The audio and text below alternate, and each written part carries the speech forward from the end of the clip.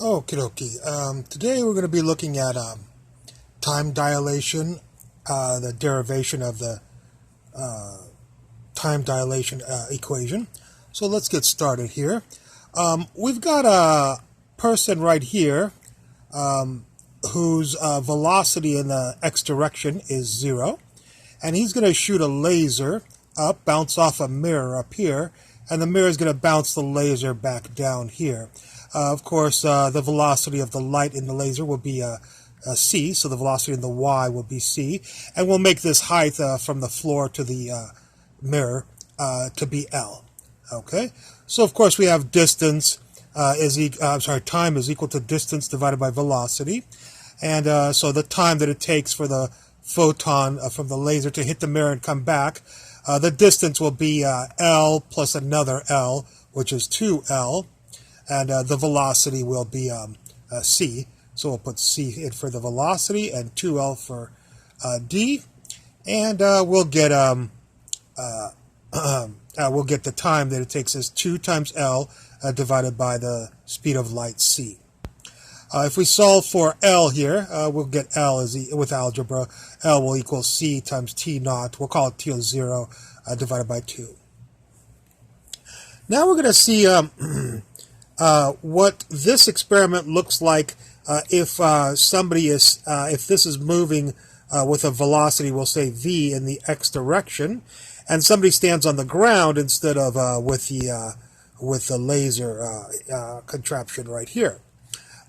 So what he'll see is he won't see the laser go up and down because it's moving. The laser beam will go at an angle and come down at an angle. So let's get all our variables here filled in.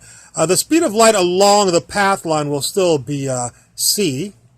We'll still make the height from here to up here l, but now we're going to have another length here, the length of this angled line before, which was the same as l, but this time is different than l. It's longer than l. We'll call it h. Okay?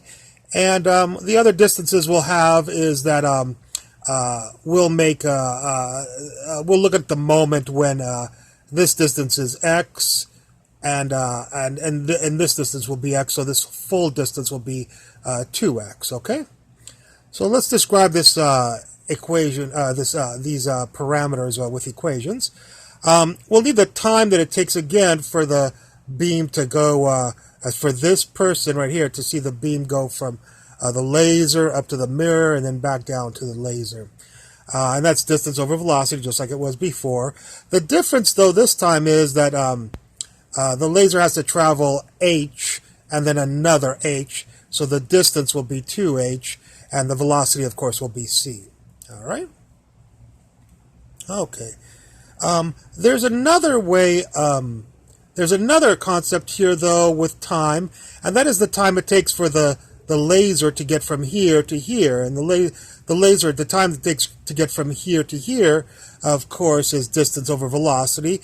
The distance will be 2x. It'll have to go x and x, so that'll be 2x for distance. And the velocity in this direction, of course, is not c. It's just v. And so for the velocity v, we'll put in v. So we solve two different times, but these two times have to be equal, so we'll both label them t. Okay?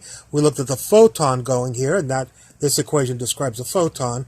And we looked at just the laser moving this way, and the photon and the laser have to get here at the same moment, so the time will be the same, and that will be 2x divided by v.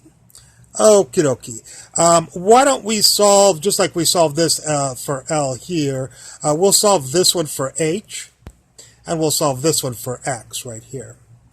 And if we look here, of course, there's a triangle, a right triangle here, and I drew it over here. Of course, the height of the triangle is L, the hypotenuse is H, and the distance here is just x. So this is our triangle we're looking at. And that triangle, of course, according to Pythagorean, is h squared equals L squared plus x squared. And, of course, we can probably already see what we're going to do. We're going to take the h and plug it in here and get this. We're going to take the L people and put them in here and get this.